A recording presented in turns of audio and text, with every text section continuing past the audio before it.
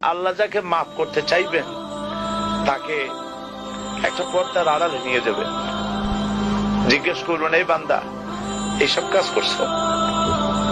এখন আল্লাহ জিজ্ঞেস করতেছেন, সে তো ভয়তে অস্থির হয়ে যাবে, কেন্দ্রে পাগল হয়ে যাবে, আল্লাহ করে ফেলছি, আবার মাফ করে দাও।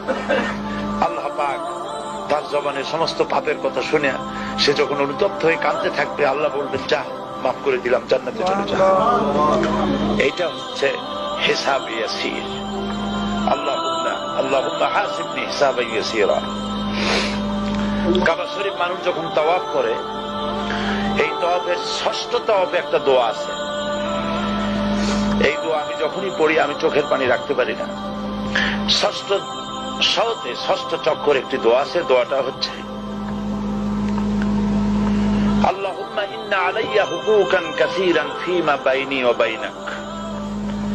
আয় আমার রব, তোমার সাথে আর আমার সাথে অনেক দেনা পাওনা আছে, আর তোমার বান্দাদের সাথেও আমার অনেক দেনা পাওনা আছে।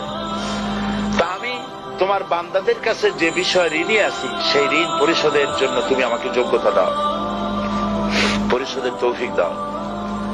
আর আমার কাছে তোমার দেনা আছে, তা আমার কাছে তোমার যে দেনা আছে সব দেনা তুমি শোধ করে দিয়েছো। আমার চোখ দিয়েছো, মুখ দিয়েছো, কান দিয়েছো, স্বাস্থ্য দিয়েছো, বউ দিয়েছো, বাচ্চা দিয়েছো, টাকা দিয়েছো। আমার কাছে সৃষ্টি করে তোমার যা দেনা ছিল তুমি সব তো শোধ করে দিয়েছো, কিন্তু তোমার দেনা তো আমি কিছুই শোধ করতে পারি। তোমার দেনা আমার শোধ করার একটা পথ আছে মাবুদ, সেই পথটা হলো তুমি আমার মাফ করে দাও।